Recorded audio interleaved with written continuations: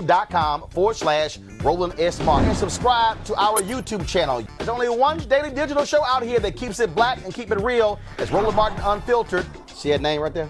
Roland Martin Unfiltered. Like, share, and subscribe to our YouTube channel. That's youtube.com/Roland S. Martin. And don't forget to turn on your notifications so when we go live, you'll know it.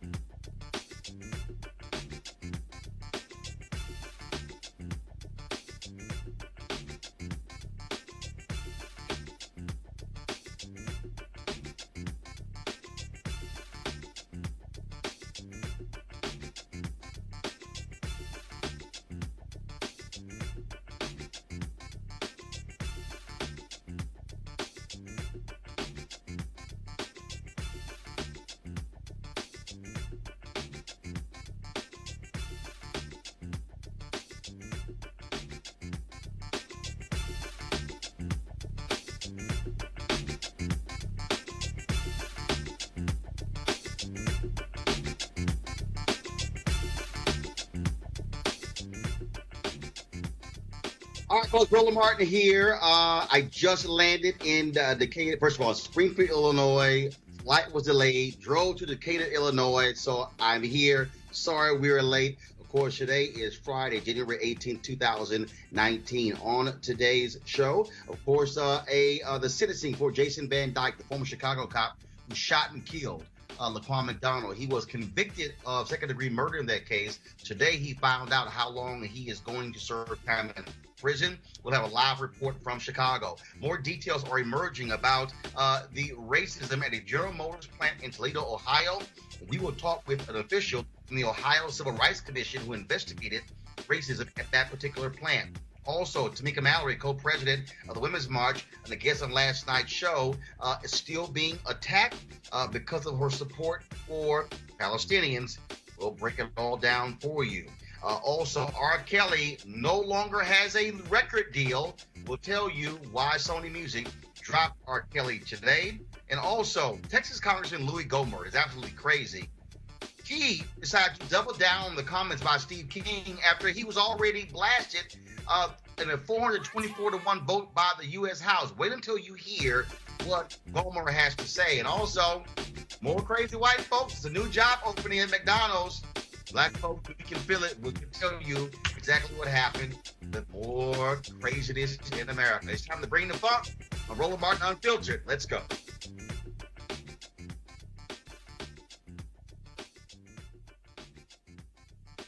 He's got it. Whatever the miss, he's on it. Whatever it is, he's got the scoop, the fact, the find. And when it breaks, he's right on time and it's rolling. Best believe he's knowing. Putting it down from sports to news to politics. With entertainment just for kicks, he's rolling. It's on go, roll, roll.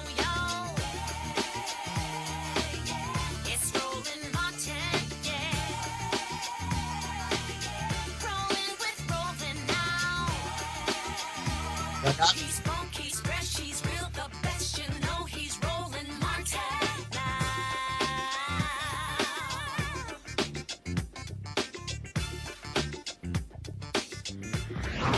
Martell. All right, folks. I am here in Decatur, Illinois, where I was speaking tonight to the Decatur, Illinois Human Rights Commission for the MLK event. And so, of course, the flight was late. And so normally we have a different type of arrangement, but literally just ran into the hotel room to go live with you guys. And so we are here. All right, as we speak, in Chicago. I landed in Chicago, flew to Springfield, drove to Decatur. But what's happening right now in the courtroom in Chicago, prosecutors are trying to see if the judge will agree to sentence a former Chicago police officer, Jason Van Dyke, anywhere from 18 to 20 years in prison for killing Laquan McDonald. And so as we stand right now, that sentencing hearing is going on as we speak. Joining us right now is Brandon Pope, reporter and anchor for WCIU TV in Chicago. Brandon, this is explain to people why it's taken so long to sentence Jason Van Dyke. I mean, normally in other cases that I've covered, sentencing happens shortly after the person has been found guilty. This is strange. Yeah, no doubt about that, Roland. And a lot of it has been the defense for Van Dyke with a lot of Hail Mary attempts. They've been complaining all throughout the trial about a change of venue and how bias factors into that. They've been throwing everything they can in the book to try to get their client off. And because of that, we've seen constant backlog and shifts. But finally today, really just moments away, we're going to learn his fate. The judge is at the stand right now, Roland, and he's going through what he told the jury. He's expected to give his verdict on how much time Jason Van Dyke should serve in jail any minute, and it could be up to 96 years. And of course, I'm reading the Chicago Sun-Times their live blog, and this was posted about 11 minutes ago, where Jason Van Dyke said to the court, as a God-fearing man and father, I will have to live with this for the rest of my life, taking it to my grave. No one wants to take someone's life, even in defense of one's own. It's a choice you live with forever. And again, what's interesting here is to hear him talking about in defense, but the bottom line is it was because of that videotape being released, we saw that Jason Van Dyke lied. He said that Laquan McDonald was charging at him. The tape clearly shows that Laquan McDonald was not charging at him when he fired those shots that killed him. Yeah, and that's why the jury decided that they made the decision they did, because the video was clear. Nothing that any experts they brought in to say to the contrary can go against what you're seeing with your own eyes. That video played 20, 23, 24 times in courtroom. I was right there in the courtroom. Tough to watch for the family and for anyone in that courtroom constantly seeing it, but it was right there in your face and it couldn't be disputed at that time. And now, from what I see, and the way things have gone so far, especially from the witness testimony, there's no way he's not going to get any time at all when it comes to the sentencing. Now, of course, we do know yesterday another judge waited about a month to sentence to make a decision in the case of 3 Chicago police officers who were being prosecuted for obstructing justice and covering up for Jason Van Dyke. People are still angry with that. This judge pretty much took the prosecutor's case apart, and people are befuddled by the judge saying that, well, people could look at something 2 different ways and it still not be wrong. What are folks in Chicago saying about what the judge did yesterday? You know what, Roland? There's a lot of feeling of one step forward because of the conviction, but then one step back because of that decision on the cover-up trial. And it's kind of laid a really heavy, dark, gloomy cloud over today, because that just happened yesterday. So many people thinking, wow, the justice system back at it again. Just when we had a little bit of hope that maybe there can be justice for an unarmed black teen here, you see these cops. Clearly they lied on their police reports, and it said that right there. But this judge decided that she was not going to charge them. Now, a lot of people on Twitter, social media here in the Chicago community are talking about making sure they get that judge out of office in the future because of that decision. And so it definitely has an impact, and it's got people feeling a little more gloomy about what could happen just in a few moments here with Jason Van Dyke's sentencing. However, the impact this is going to have on the Jason Van Dyke sentencing and how much time he serves, if he ends up serving a lot of time, his defense team can actually use the acquittal of those 3 officers in their benefit. Gotcha. And so, again, so we are awaiting that decision, and so we will see what happens in this case. It is. I'm looking at some of the comments that were also being made, Brandon. I'm gonna go over that with my panel. So I thank you, and so we'll see what happens with this sentencing verdict. We appreciate it, Brandon Pope. Thanks a lot. Thank you. All right, I want to bring in my panel right now. Ray Baker, host of Public Agenda Podcast. Also, Joe Madison, host Sirius XM Radio. Eugene Craig of the Eugene Craig Organization. I'm reading something. So the wife, first of all, before that, the Fraternal Order of Police president praised Jason Van Dyke, saying that, quote, if justice is served, Van Dyke will not get a long prison sentence. And he, of course, blamed Laquan McDonald, saying that he shares in the responsibility for his own murder. And they're not here to take the responsibility, and they're leaving it on him, and that's wrong. Praising Van Dyke for having a good work ethic, and he made sure that people were taken care of. But it's again, what you have here are, again, FOP doing whatever they can to protect a cop, frankly, who was found guilty of second-degree murder. Joe Madison, you first. Well, this is typical FOP. Anywhere in the United States of America, they always take that position. And the sad thing is, Roland, is that McDonald is not here to speak for himself. So it's easy to condemn an individual who is no longer with us. He's dead. He can't speak for himself.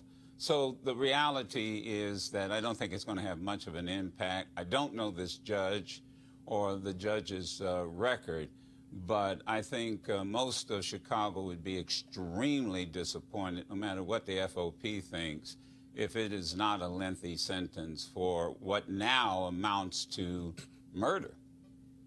Ray Baker, I'm reading the comments made by Jason Van Dyke's wife, Tiffany. She said, quote, my children have paid the price. She also talked about having to spend $400 to $500 a week on phone calls so her kids could speak to her husband. She said also that they've been afraid for their life. In reading this, she said her biggest fear is that somebody will kill her husband, quote, for something he did as a police officer, something he was trained to do. There was no malice, no hatred on that night. It was simply a man doing his job. My other fear is that I'll never see him again. My children will never see him again. And obviously, Ray, heart goes out to any wife and children, but that was someone who he killed.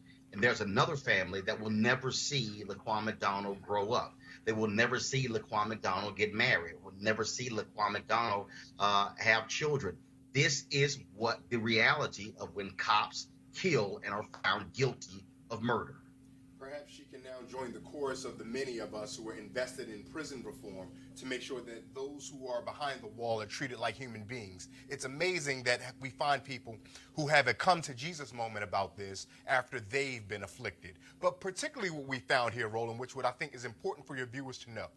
We have seen Mr. Van Dyke's family and defense team bring out everyone, including his African-American brother-in-law, to testify on everything about how good of a man he was, to how when the Fraternal Order of Police employed him as a janitor, he came to work on time at 6 a.m. So that's something to say that a convicted killer should not serve time in jail. These all types of excuses, reasons, and drama-filled plays, if we will, to try to compel the judge to think that Van Dyke shouldn't serve time in jail. And if this judge finds that to be true, there may be a litany of convicted folks in Chicago who may want to come before this judge particularly to say, I too am a good person. I also don't deserve time in jail. Eugene, again, we've covered so many of these cases, and at the end of the day, unfortunately, what we have seen is cops have gotten away with this. The fact that even though they tried to get him convicted on first-degree murder, the fact that the jury chose second-degree murder. I mean, this is a case just like Holtzclaw, who sexually assaulted those black women in Oklahoma, just like, of course, the officer in North Charleston. At the end of the day, what you have here is there has to be justice on the part of a community. Officers cannot simply kill people with impunity. I agree 100%.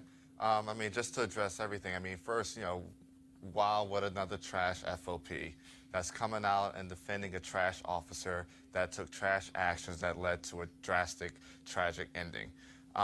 His wife, we feel for the family, but hey, welcome to America. Welcome to the result and the impact that has been felt by many black and brown families over the last couple hundred years, which many that, her husband, are responsible for putting behind bars. But, it's a tragedy. It's a tragedy for the McDonald family. But, it's a tragedy that this is an anomaly in this country. It's a tragedy that police officers still feel as though that, they're above the law. One of our founding principles is that no man is above the law. I mean, we broke away from a whole other country for that. Eugene, I got to interrupt you. So, again, prosecutors were seeking Jason Van Dyke to be convicted. They wanted 18 to 20 years. Folks, the verdict is in. Joe Madison, a Cook County judge, has sentenced Jason Van Dyke to more than 6 years in prison. 81 months. Well, I can hear the uproar in Chicago now. I can understand second-degree murder. I'm certain he didn't wake up Van Dyke and said he's going to kill Jason McDonald. But it appears what the judge has done, and I'll have to read his statement, but it appears what he's done, he cut it in half. And reality is that the wife is now going to be able to see her husband. The children are going to be able to grow up. 6 years is absolutely outrageous.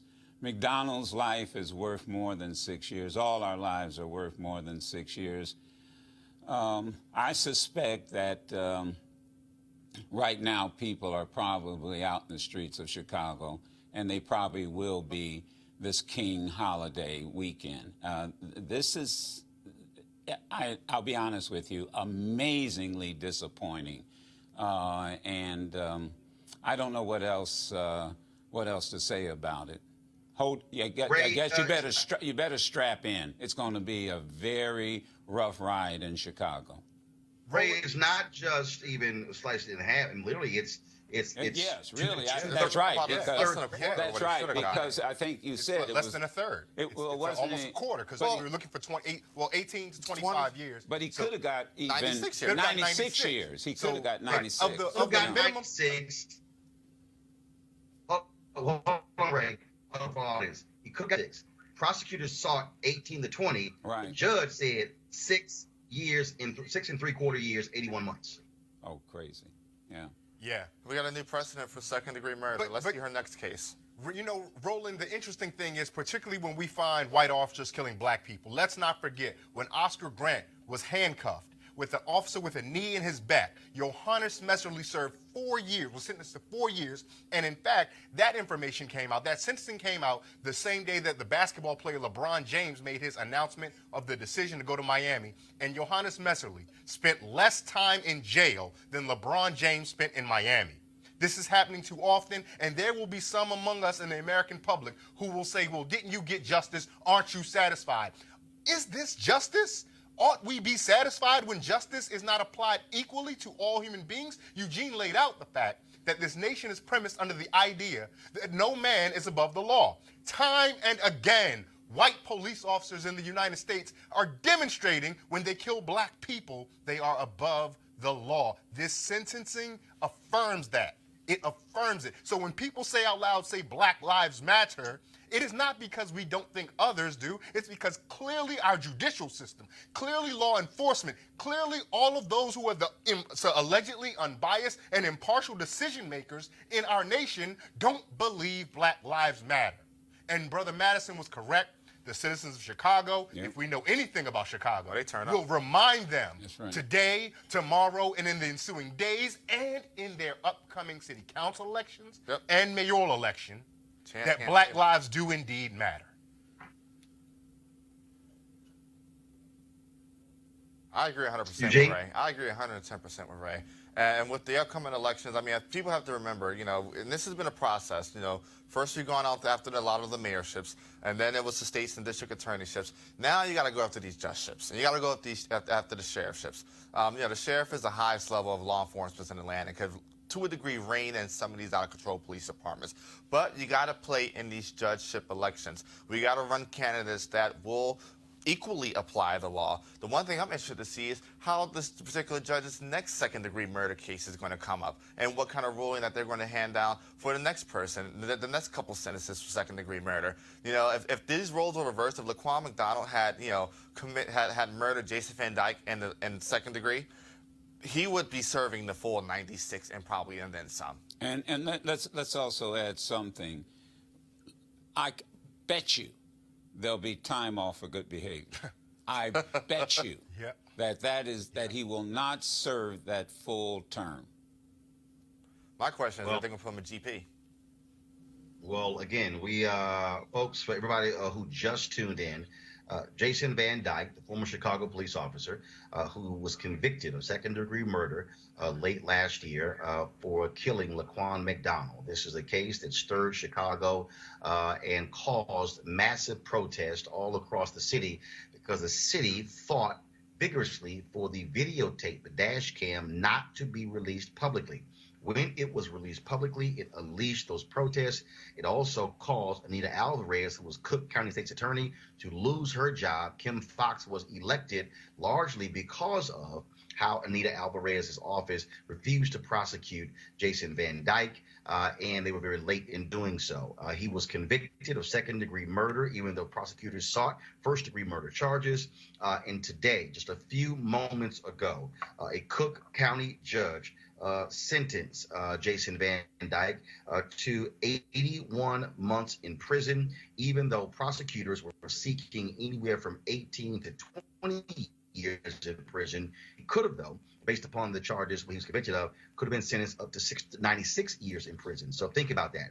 Up to 96 years in prison. Prosecutors said, let's seek 18 to 20. The judge slashed that by 2/3 and said Jason Van Dyke, a Chicago police officer who lied about Laquan McDonald, charging him, convicted of second-degree murder, only sentenced to 81 months in prison. Let's go to our second story, folks, and that is we told you yesterday about this unbelievable story of racism out of a General Motors plant in Toledo, Ohio. Talk about just unbelievable when you look at the details in this particular case. Now, before the suits were filed, there were complaints that were filed with the Ohio Civil Rights Commission. And we're going to talk to the head of the Civil Rights Commission in just a moment to find out what they found out about. But this is what the General Motors appealed their decision, and this is what the commission said in rejecting their appeal. GM showed indifference to the situation by implying that employees made too big a deal out of the nooses, as well as engaging in racial comments themselves. Nooses, swastikas, white-only signs, ethnic slurs, racial jokes, offensive or derogatory comments, racist poems are repetitive in respondents' workplace. The totality of circumstances was ignored, and respondent treated the situation like a single-issue harassment case, not a hostile work environment. Joining us right now from Columbus, Ohio, is Darlene Sweeney Newbern. She is the Director of Regional Operations at the Ohio Civil Rights Commission. Of course, they investigated the complaints at GM. Darlene, glad to have you here on Roland Martin Unfiltered. It is stunning to read the indifference. It's stunning, Darlene, to read the absolute indifference of General Motors to this level of racism at that plant.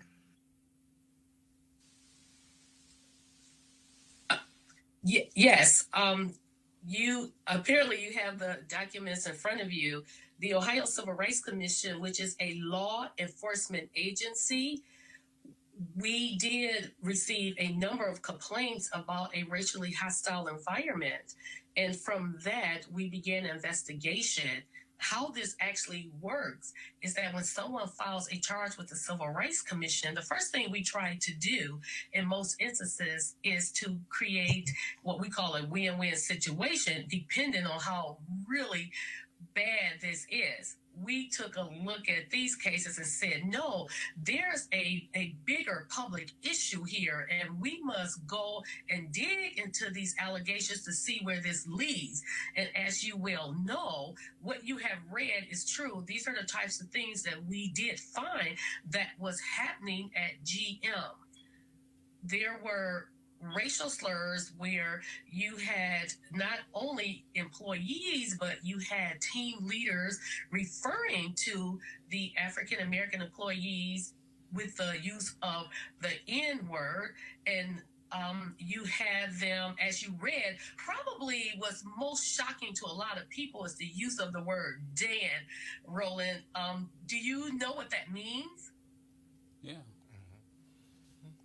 That is, first of all, when you hear this, and when you think that this is a major global multinational corporation, not only that, a corporation that has a very extensive diversity effort reaching Black consumers. When you think about General Motors, but this is, again, trying to educate people to understand that this is what happens, that this is not General Motors in Detroit. That's the parent company. This is the plant in Ohio, and that speaks to the kind of workers there in Ohio.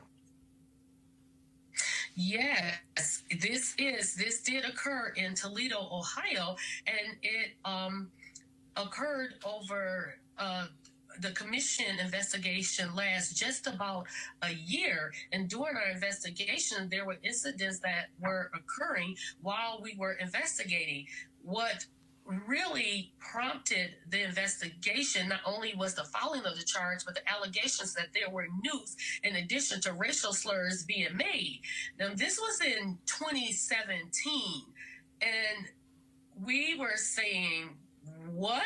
Not that this was really as surprising as I made it seem, because the Civil Rights Commission, this is what we do every day. We investigate these type of allegations and more. But in this particular instances, you not only had one noose, but during the time we were investigating, 2 more nooses were hung. Wow. In addition, we started having the whites-only restroom. So when an African-American would go to the restroom, they had to look up at the wall as they entered and see whites only. When you sat in the stall, you may then see the Confederate flag or swastika written inside of the stall. You may walk down through the plant in a particular area, and you may see other racial slurs that was going on. In addition, you had the commission found you had the managers or the supervisors referring to African Americans as boys. Again, we use the N-word was used quite often in that plant. It was all kinds of stuff written. What was interesting is that they had the Black president of the union, who was Ray Wood, who, as you know, filed a charge as well, and I believe was on your show already. He did attempt to try to address this, but he was hitting a brick wall, and there was retaliation the commission filed because he was trying to correct this extremely hostile environment. There was a lot of anxiety going on. GM's response, more or less, to the commission is not that this wasn't occurring, but their response was, hey, every time an incident happened, we took action. Understand that the law says that you must take prompt remedial action. And they said, that's what we did. What that means is if you took prompt remedial action, it would have stopped. And that didn't happen. It continued and continued. What Darlene, All right. Darlene, this is Darlene, this is Ray Baker here in Washington. One of the questions that I'm curious about reading this, we saw even attacks against white women who were socializing with black men, and we saw that the white employees were refusing to listen to their black superiors. What did that mean for black folks who were trying to climb up the career ladder? When the white people wouldn't listen to them, did we find that they were stifled? Were they leaving GM altogether and then not progressing in their career? What became of that? Well, thank you for asking that question. Although the commission did find a racially hostile environment, we did find that there would have been some denial of promotions here. All of that played into this. Please understand why the most glaring has to do with the racial slurs and the nooses. It is true. You had one individual, Tammy Van Riper. She did join in and say, hey, this is wrong. She was part of the union. As a result of that, there was all kind of really racist and sexist poems that was spread, that was actually hung throughout the plant, talking about her and Ray Woods. She had, if I recall, she had applied for a particular position and she could not get that position.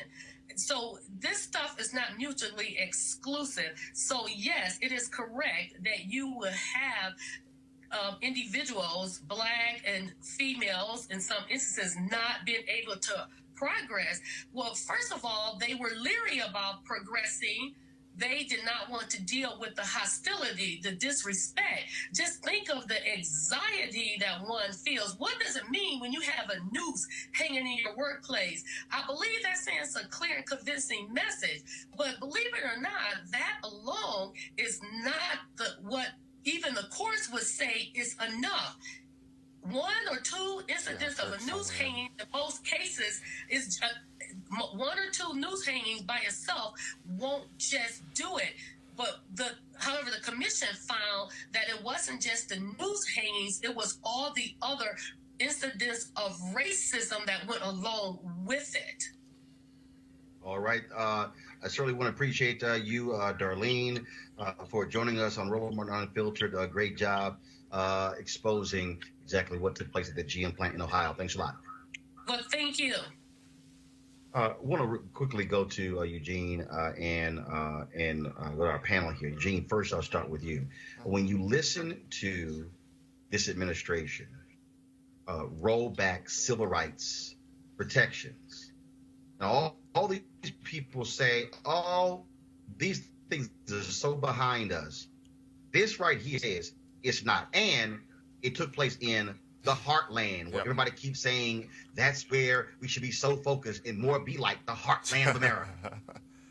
It's a joke. I mean, these folk are Trump voters. I mean, these are the folk that split their ballot for Sherrod Brown and and Donald Trump and the new Republican governor in Ohio. But what it shows is that these issues aren't behind us. And it hurts and affects people of color and black people in particular in many different ways. It affects the morale. It affects, brings up it's a throwback to the past experiences. But more importantly, the racism that these workers were experiencing affected their careers and economic interests. When you're going to work and you have to deal with nooses, it's not just dealing with nooses, it's not just dealing with swastikas, it's not just dealing with Confederate flags, it's dealing with being looked over for promotions because the people that are allowing those things to happen are your supervisors. And Joe, not only economic, this impacts the health of black folks.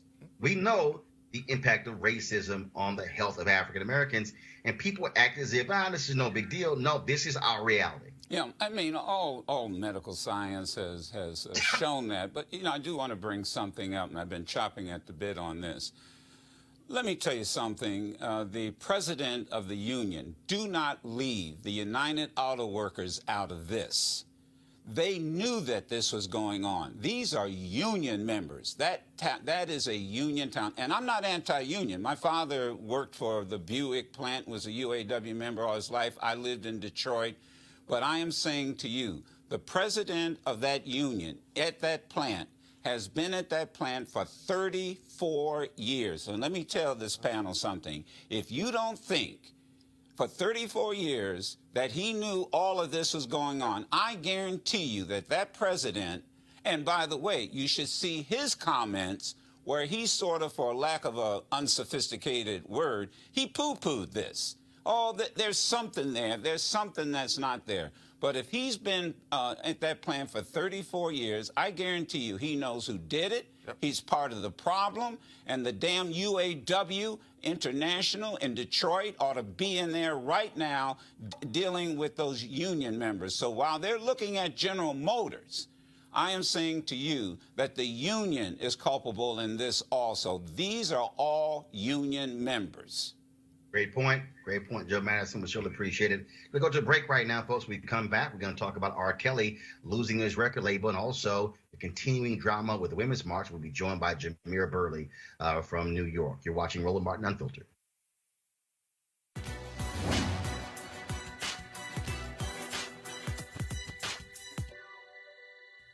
The black man cannot protect a country if the country doesn't protect him. Minister and militant activist Henry McNeil Turner.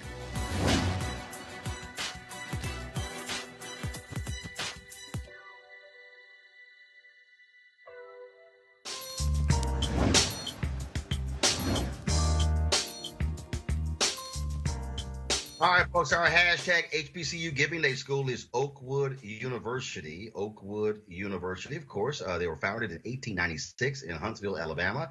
It is owned and operated by the Seventh-day Adventist Church. Notable alumni include Brian McKnight, Mervyn Warren, Barry Black, and also Little Richard. I've also spoken there at Oakwood. And guess what? It's a completely vegan campus. No meat is allowed on the campus. Lord have mercy. If y'all want to support Oakwood, go to www.oakwood.edu. I think that graphic is wrong, guys. That looks I've never seen www.2. So I think it's www.oakwood.edu. What is www.2? www.2.oakwood.edu. All right. I ain't never seen that one. So www.oakwood.edu. And so please support the folks in Oakwood. Great campus there. And I definitely enjoyed my time there. And okay, so yeah, I'm checking something right now because I just tried to go there. So again, so that's the website. All right, folks. R. Kelly, of course, he has not had a good month. Today, Sony Music announced that they have dropped R. Kelly as one of their artists. For all of this time, Sony Music, their RCA label, they were clear that R. Kelly was going to remain on their record label. But they have been under intense pressure from people all across the country to drop R. Kelly, and that actually happened today. Now, although they've dropped him as an artist, Sony RCA still is in business with R. Kelly as a result of his back catalog. That's where the real money is. Also, folks, Kelly's former manager surrendered himself today on charges of threatening the father of Joycelyn Savage. She is one of the women who is still with R. Kelly. Her family has been trying to get her free, but they have been unsuccessful to do so. Also, the folks there in Chicago and building inspectors have been going after his recording studio, saying that it violates code there because it is not supposed to be a place where folks inhabit. So they're trying to target that as well. And so there'll be lots of protests, all those different things. I'm going to quickly go to our panel here. Ray, to think about how the targeting of R. Kelly. And again, he was acquitted in the case that folks still are stunned by, not because that wasn't him on the videotape, because they could not ascertain the age of the young girl on the videotape. And he has been roaming free, doing concerts, making money. But it looks like the walls are crashing down around R. Kelly. They are, and it's good. And I think this interesting, the word choice you used initially was that he was targeted. And if this is indeed targeting, I'm excited.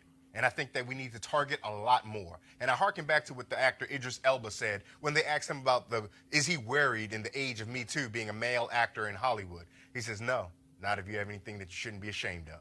And so it is high time that, as we say on the internet and on Twitter, I know you're familiar with this, Roland, that we get R. Kelly out the paint. We've been trying for a while. There's been a number of women who've been leading on this for a while. There's been a number of us who've been supporting them, trying to get him out of the paint for a while. And if it has to take this documentary, if it has to take law enforcement, building inspectors cracking down, if it has to take Georgia Bureau of Investigations going to go get him and every other predator out the paint.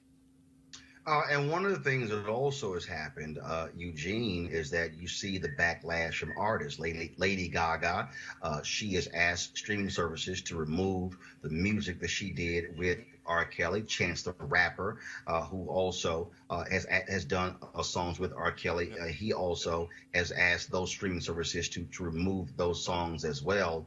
And so again, by not playing those songs on streaming services, that's money R. Kelly is losing. Yeah. I was actually going to say, it's great that Sony's now taking that stance, but it really doesn't affect R. Kelly. We're living in an age where artists have the most level of independence that they've ever had. But the real hit for him is if the digital streaming platform, DSPs, actually start pulling his music. But until that happens, I mean, to some degree, Sony dropping him actually kind of empowers him because now he doesn't have to engage in any type of splits with the record label, and anything he drops is he can take 100% revenue of. But if the DSPs decide that they're going to remove his work, he'll start taking a very, very serious hit. But Joe, it is impacting him because again, I landed in Springfield, Illinois, and on my way to Decatur here. And just a week or so ago, he was supposed to do a concert in Springfield, Illinois, but they refused to grant him the permit. And so people are now coming up with different ways to shut down the revenue streams of R. Kelly. That's absolutely right. And like any stream, particularly revenue stream, it doesn't last forever. When you have this type of controversy, I suspect that what these corporations, and remember that this is business, they have now probably a team of lawyers that's looking at every accusation. They're looking for evidence. That's exactly the way it's going to play. And, it's going to start to impact, as it already has, and you said it, his concerts. Then, there's going to be sales. So, he is, like the old folks said, he made his own bed hard in this. And I'm sort of reflecting back, everybody, when we thought that Dick Gregory, C. Dolores Tucker, Joe Madison, that we were crazy. When we told gangster rappers, you got to stop this and have respect for women. And now the women are saying, you're going to have respect for us. And that's why the Me Too generation has had as many victories as they have. I mean, if you think R. Kelly's got problems, let me tell you something. When you're the head of CBS and you lose $26 million in one shot, R. Kelly ought to be counting. Huh? 120. Oh, I'm sorry. $126 million. I mean, that's some expensive sex, man. Well, now, of course, Les Moonves, his lawyers have announced that he is going to be fighting CBS when it comes to that money. But I got a feeling he's not going to win this one because they have the evidence where he actually was trying to impact that investigation. But you're absolutely right. This is a whole different day. R. Kelly has had lots of fans out there. He still has fans out there. But if you see, what's happening with Alex Jones, here was someone who was he was banned from Twitter, banned from Facebook, banned from YouTube.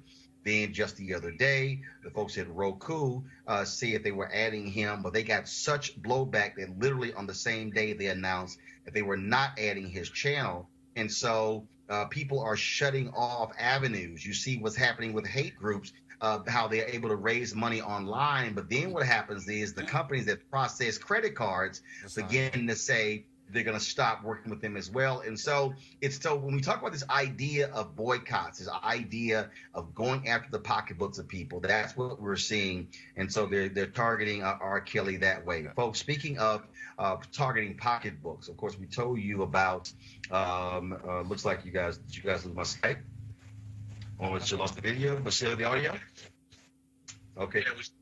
Okay, cool. So let's go to our Steve King story. So Steve King, the Republican congressman from Iowa, white supremacist, of course, who was, put in check by the United States House of Representatives. Well, guess what he is doing? He literally is raising money off of him being stripped of his committees.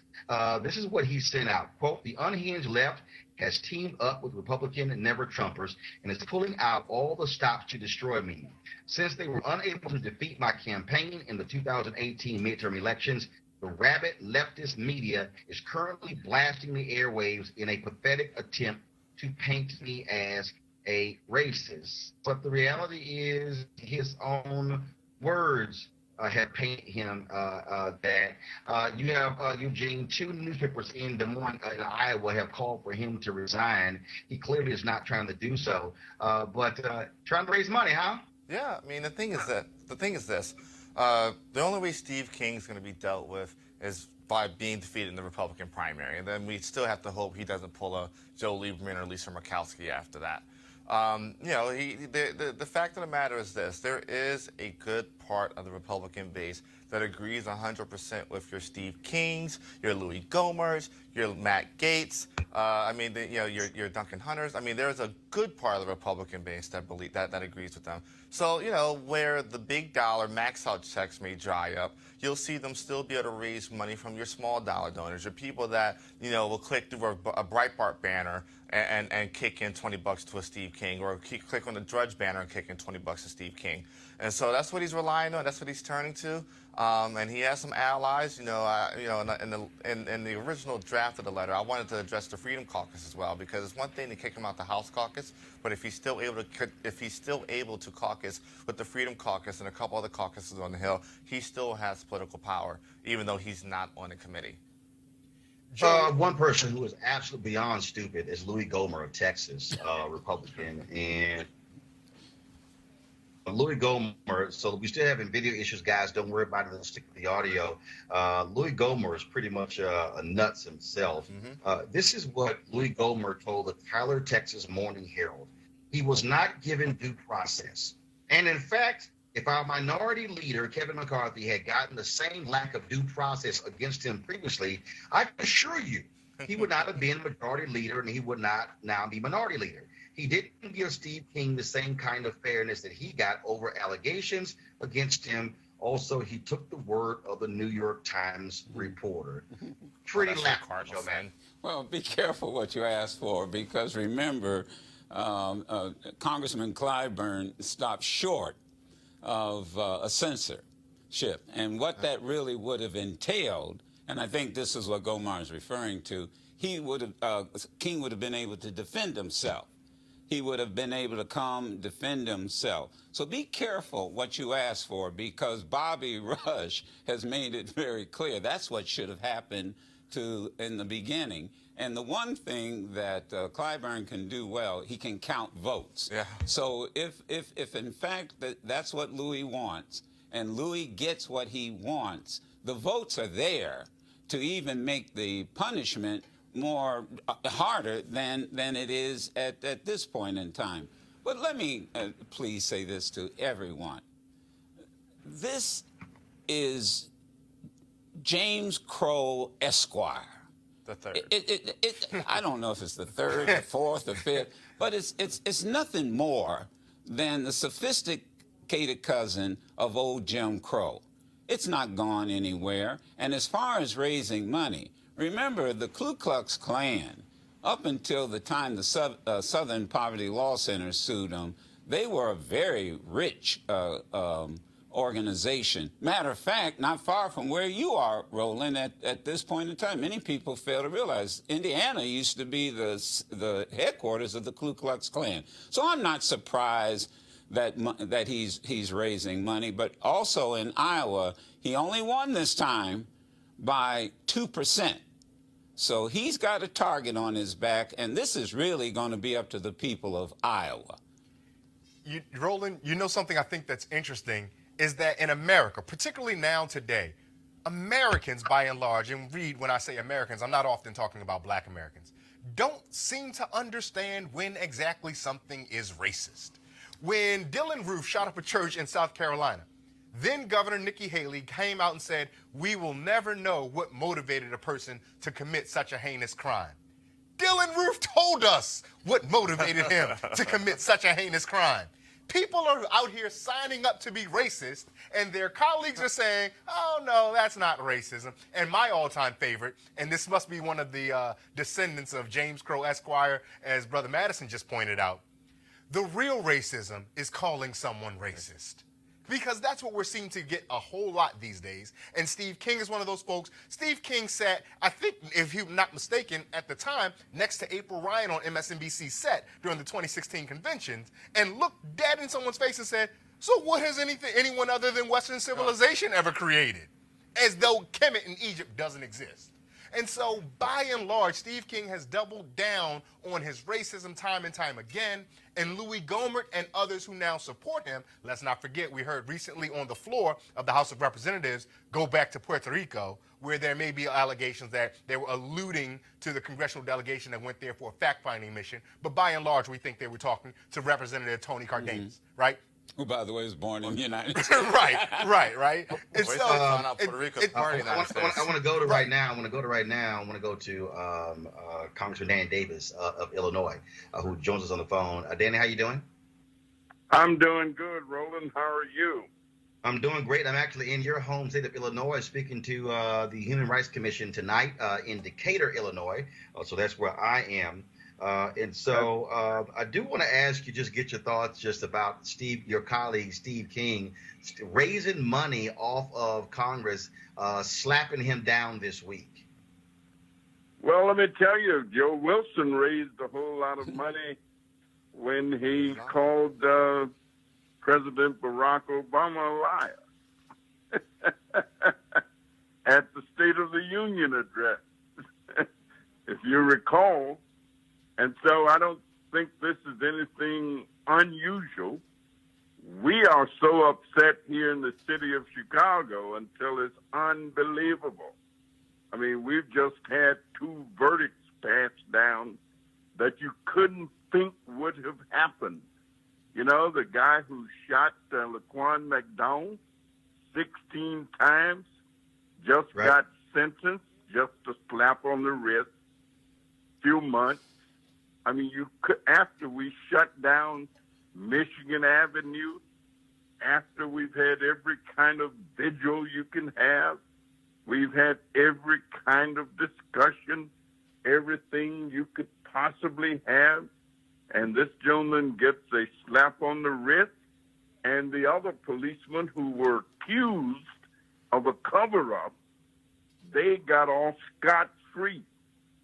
The judge said no cover-up, no evidence of a cover-up, and unless you can't read, you can't see. I mean, Ray Charles could have seen a cover-up, and yet the judge didn't find a cover-up. So, you know, we're kind of hot to trot here in the windy right now. Definitely understand that, sir. I do want to ask you this. What's happening, of course, there on Capitol Hill. Donald Trump, he is canceling trips to members of Congress had previously had scheduled due to the government shutdown. But it's still interesting, though, that his wife hopped on a government plane and flew down to Florida. And then also Lindsey Graham is on one of these trips to Turkey. And so I guess some people can take trips and others can't. Well, I guess the president is now playing the dozens with Speaker Pelosi. You know, Nancy said that, you know, maybe we ought to just hold off on the State of the Union. And he comes back and say, well, maybe you ought to hold off on your trip to visit the troops. And, you know, I think this is so asinine, so unbelievable that this president is trying to put us in a state of war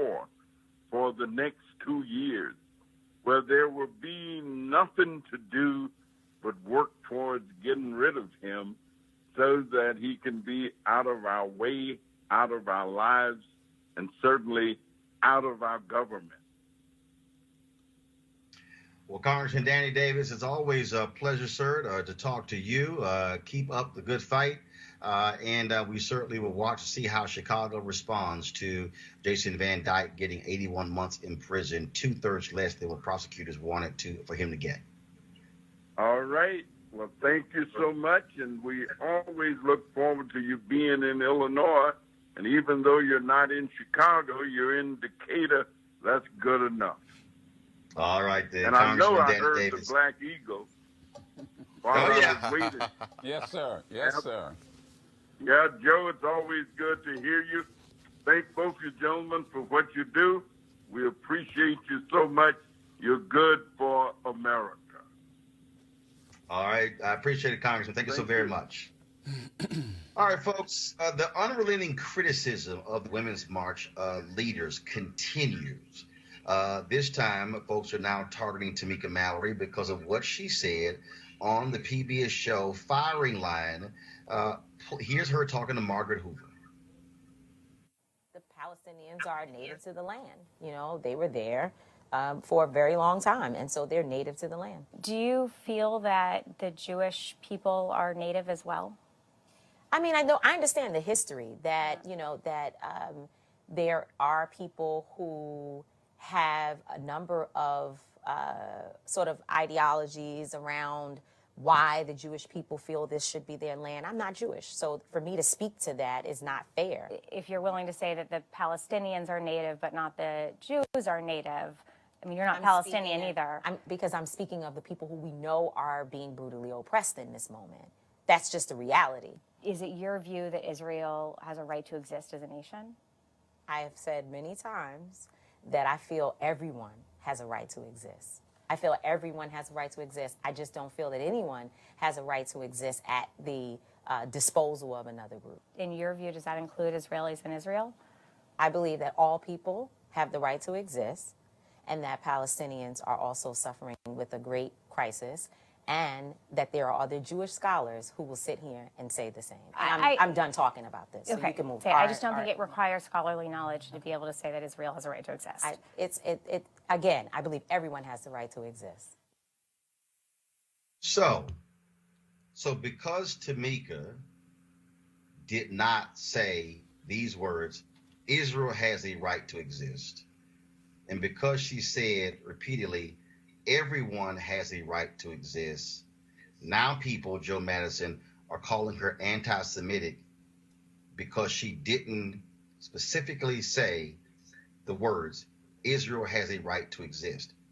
When you say everyone, and now they're trying to say, oh, this is an all lives matter thing. What do you now make of this? Well, let us understand one thing, and anyone who's been to Israel, and I've been there, and I've discussed and talked and debated, and I've also been to the East Bank. Tamika is absolutely right. There are individuals in Israel who are Jewish that believe that Palestinians have certain rights. There's an organization that I was familiar with and met with their mothers of war victims, and they have an organization called Bridge. And they're trying to resolve some of these serious questions that was put to Tamika. So she was right. There are scholars, there are individuals, there are politicians who, in essence, have taken the same position that she has taken. You don't hear it much in this country, but that is exactly what exists. And it's a big debate, even among Jewish people. So let's put that aside. Tamika was on my show today, and I asked her about this. And the reality is that this has nothing to do with the march that the women have, in fact, organized. The women have issues and platforms that need to be addressed, and to throw this into the middle to attempt to divide the agenda that women are very concerned about as it relates to public policy is just absolutely, totally unfair. And she did point out, look, find a march. So if there's one group over here that wants to march and they disagree with this group over here over a particular policy, then go ahead and march with that group. But this is a matter of remaining focused on women's issues. So, Ray, again, when I saw this on social media as I was flying to Chicago, when we landed, I saw my Twitter feed. And so now the test now is you have to say the words, yes, Israel has a right to exist. Yet, how many people are asked the question, do Palestinians have a right to exist? I mean, see, that to me is why this, and what people also, I think, don't understand is that there's a very long history of African Americans identifying with the Palestinian people, because, I mean, you can go back to Andrew Young when he was UN ambassador, right, when he secretly met with them. Andrew Young said before he got back to his office, the Israeli spy agency Mossad already had a transcript that was in the hands of officials in Washington, D.C. by the time he got back. He had to resign from office. When you think about 1984, Reverend Jesse Jackson Sr. bringing this issue to the fore in the presidential campaign. And because Black people understand oppression. Black people understand living in a place under oppression. And it's as if people don't understand that Black folks get this. Roland, you're absolutely correct, and I appreciate the history lesson you laid out there. One thing that any sophisticated thinking citizen in the United States is going to have to do around this question, because it's beginning to bubble up in ways that means that we're going to have a serious conversation about this. And we cannot simply have Blacks and Jews can get along. Look at examples of Reverend King and Rabbi Herschel. We're going to have to go beyond that and have a more sophisticated talk. And that talk has to be able to delineate and bifurcate Judaism as a relationship, Jewish human beings, and white supremacy functioning as a state in Israel. Does Israel as a nation, do the people there have a right to exist? Of course, because as Tamika and others said, every human being has a right to exist. Should white supremacy in the form or hiding behind a religion continue to promulgate throughout Israel, throughout the West Bank, throughout Gaza, and even throughout parts of the United States? No. And as you alluded to, Roland, Black Americans particularly, and people of African descent throughout the world, understand what it's like to be the oppressed people, understand what it's like to be boxed out, and so we will side with those who are the oppressed, right? Where there are the oppressed, so shall we be. And we've seen this happen first with Dr. Mark Lamont Hill. We saw this happen with the Birmingham Civil Rights Institute and their reneging of Angela Davis's award, and now we're seeing it happen with Tamika Mallory. And for too often, the folks who are making this claim are not doing so out of any sincerity of conviction of their religion as an ethnicity or a group of people, but instead they're using their religion, a noble and decent honor one, to shield their white supremacy. Now, and let me bring, can I bring up one other point? You didn't, South Africa. Joe, I wanted to bring up South Africa. I was about to bring that up too, but go ahead. Okay, all right. No, go ahead. I know, you go ahead. No, you go ahead.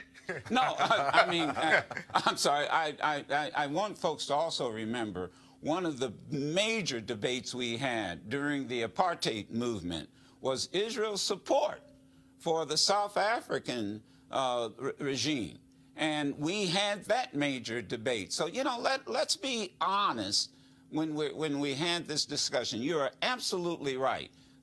We need to understand this is a serious discussion. We have the right to identify with oppressed people. I'll say it here. Yes, Israel has a right to exist. But the reality, it needs to exist as a democratic country where all rights of all of its citizens are respected, and Palestinians are human beings, and they want respect and humanity. And so, you know, but I don't want people to, you know, forget that when South Africa was going through its anti-apartheid movement, man, I almost got thrown out of Israel because I took on at the time the prime minister about his support, and he looked at me like he could cut my throat. Eugene, let me jump in real quick before you go. Former Prime Minister of Israel, Ehud Olmert, after he came out of office, was on the record saying what's happening in Gaza is equivalent to apartheid in South Africa, which Brother Madison just mentioned. And I thought to myself upon reading that, I wish someone could do something about that. Who would be a good person who could stop what was happening from being like apartheid? Perhaps the Prime Minister of Israel could have done it. Ehud Olmert. I'm sorry, Eugene. Please go ahead. You're fine. I got a couple quick hits. First and foremost, I guess all lives matter doesn't exist when it comes to this particular issue. I haven't seen a lot of these news anchors and journalists asking people, do all lives matter? Do Black lives matter? The same way they're pressing out Tamika Mallory. I think we all believe that Israel has a right to exist, but so does the Palestinians, so do Christians in Muslim countries, so do Muslims in China. I mean, we believe that oppressed people should not be oppressed. They should be as free as we are here in the United States. That's one of the beauty of the United States. But I'll take it a step further. How much is an ally as somebody that's spying on you? I mean, let's talk about that eventually. How much spying Israel does on the United States. I mean, it's not, one thing I don't, and this may offend some of my political connection over to Jay-Z, one thing I just don't understand is how, we rush to kiss the ring when we neglect things here in the homeland. I mean, folk that will make this argument against Tamika Mallory were just 2 weeks ago defending Steve King. So, white supremacy and love of the Jewish people cannot coexist. But to take it further with the Women's March, because we're losing sight of that, in their actual platform, they give voice to the plight of Jewish women. Right. They give voice to the plight of Jewish women. And folk need to identify that and highlight that if you're going to come and press Tamika Mallory out on her affiliations that have absolutely nothing to do with the Women's March. And on my show this morning, and I believe I'm totally accurate on this because I had a former president of a university tell me this. They were taking her on because of her relationship with Minister Farrakhan. Yeah. Do you know that Minister Farrakhan spoke at West Point? Mm-hmm. And I don't see anybody prepared to boycott the military academy. So let's let's understand, we're not all going to agree on everything when we form coalitions, but I bet folks are floored to find out that actually happened. He was invited to speak to West Point cadets. But the thing, Eugene. The thing is this: as a society, as a country, as a nation, as a world, we have to come to the understanding that you can disagree with the policies, with the state, with the government of particular people, and not hate the people. I mean, I don't think anybody would disagree with the phrase, "Hey, maybe we should be supporting a president or prime minister that's currently have charges against them for corruption," and Bibi Netanyahu. So here's the deal. So I guarantee you somebody will say, how in the hell can you have 4 men on television? I was just going to say that, Roland. Well, we're nuanced enough to support women. I was a substitute. Somebody had to cancel, so I'm going to. We're nuanced enough and non-toxic enough to actually support and defend women and the rights of women. Strong men appreciate strong women. Just for folks who know, yes, we've had folks who canceled. Also, we had Jamira Burley book from New York. We had some Skype issues. We couldn't get her on. And I got to say this here. So Mercy Morganfield of Washington, D.C., black woman. I think we got her photo. So she has been highly critical of the Women's March leaders. She has joined the chorus of others and asking them to step down. I told my team to book Mercy Morganfield on the show. Mercy Morganfield said yes. She was locked. She then went back and watched some previous interviews that I've done, and she decided, I ain't going there. So she canceled. Now, I do want, because in fairness, I'm all about fairness. Because when somebody wants to make a point, they want to make a point, and so I'm looking for. So I want to read for y'all what she wrote. This is fair. This is what she wrote. This is what she said to my team as to why she canceled. She said, I would like to thank you for your invite to Roland Martin, Unfiltered. I never watched the show. However, after watching a few interviews, it appears Roland does not look for opposing viewpoints to the ones he already shares for the purpose of a balanced discussion. Not true. He seems to have opposition on the show for the purpose of sensationalism. Not true. He wants to shut them down quickly, get a lot of likes and amens, and move on to the next topic. I got 2 million social media followers, and I'm married to a minister. I got enough amens. I am disappointed. She writes, I am disappointed a former CNN journalist would have such a lack of journalistic integrity and would never want to subject myself to that type of experience, nor would I want to legitimize his views by playing along with a show of balanced journalism that simply does not exist.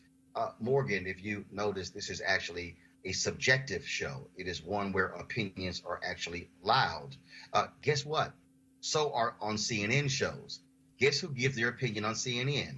Chris Cuomo, Anderson Cooper, Jake Tapper, Don Lemon. Did you know that? She writes, I hope Roland will consider this in the future, not only for the Women's March story, but for others. Okay. We need black journalists. I love this one, y'all. We need black journalists, not black, it should be journalists, with credibility, but nothing I have seen in any of his segments supports that. Well-balanced reporting means listening to opposing views, even if you don't agree. For this, I decline your invitation to appear on his show. Best regards, Mercy Morganfield. Again, Mercy, this is an opinion show. This is a subjective show where it is allowed, just like when you watch other shows on television today. Rachel Maddow, Chris Hayes, Lawrence O'Donnell, Ari Melber, those are all shows. Laura Ingraham, Sean Hannity. It's called subjective first. We have people who do come on the show who I oppose their views. Morgan, you might want to go watch the interview that I did with Jason Whitlock, or go watch the interview that I did with Dinesh D'Souza, and you will see that we actually have these conversations on the show. But also, when you talk about somebody not having journalistic integrity, I just want to remind you that you're talking to the 2013 NABJ Journalist of the Year. You're talking to the 4-time NAACP Image Award winner, who has won for the last 2 years, the only 2 years it's existed, as best host. And so if you're going to say what black people need, let me explain to you, black people have spoken. And so, Morgan, if you would like to come on the show of the back-to-back winner of best host from the National Association for the Advancement of Colored People, you're more than welcome. But I would advise you to get your stuff together, because I will check you if needed. We'll love to see.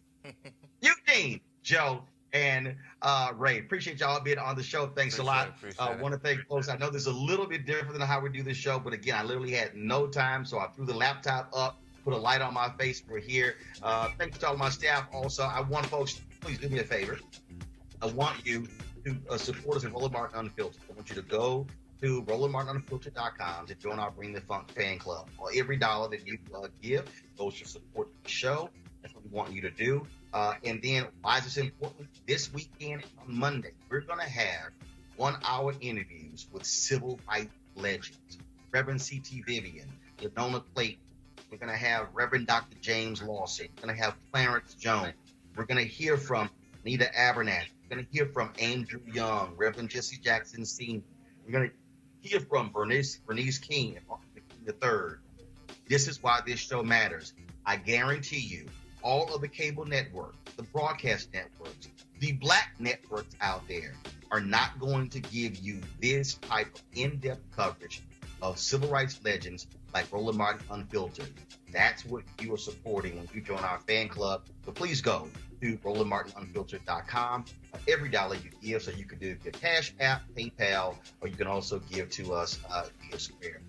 Thanks a bunch, folks. I'm going to try to live stream my speech indicator. If not, I will record it and we'll live stream it this weekend as well. You guys have an absolutely great weekend. Don't forget, we're not live on Monday because we're going to be running all of those interviews. So we're back live on Tuesday. We still want you to watch some amazing dialogues. And the only place, and also Dorothy Cotton, her last sit-down interview she did with me in February of 2018, and she died 3 months later.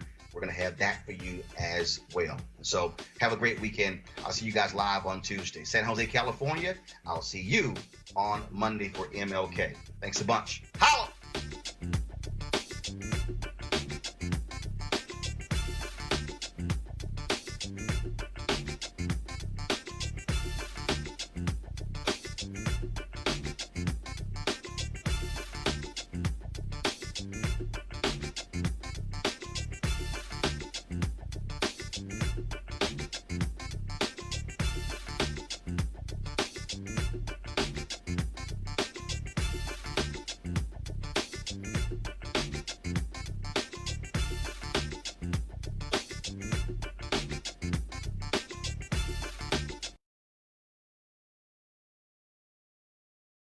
You want to support Roland Martin Unfiltered? Be sure to join our Bring the Funk fan club. Every dollar that you give to us supports our daily digital show. There's only one daily digital show out here that keeps it black and keep it real as Roland Martin Unfiltered. Support the Roland Martin Unfiltered daily digital show by going to RolandMartinUnfiltered.com. Our goal is to get 20,000 of our fans contributing $50 each for the whole year. You can make this possible. RolandMartinUnfiltered.com. Hey fam, want to check out Roland Martin Unfiltered, the blackest show on all of digital, cable, and broadcast. Check out our audio podcast. There's only one daily digital show out here that keeps it black and keep it real as Roland Martin Unfiltered. Press play. You want to check out Roland Martin Unfiltered? YouTube.com/Roland S. Martin. And subscribe to our YouTube channel. There's only one daily digital show out here that keeps it black and keep it real. It's Roland Martin Unfiltered. See that name right there? Roland Martin Unfiltered. Like, share, and subscribe to our YouTube channel. That's YouTube.com/Roland S. Martin. And don't forget to turn on your notifications so when we go live, you'll know it.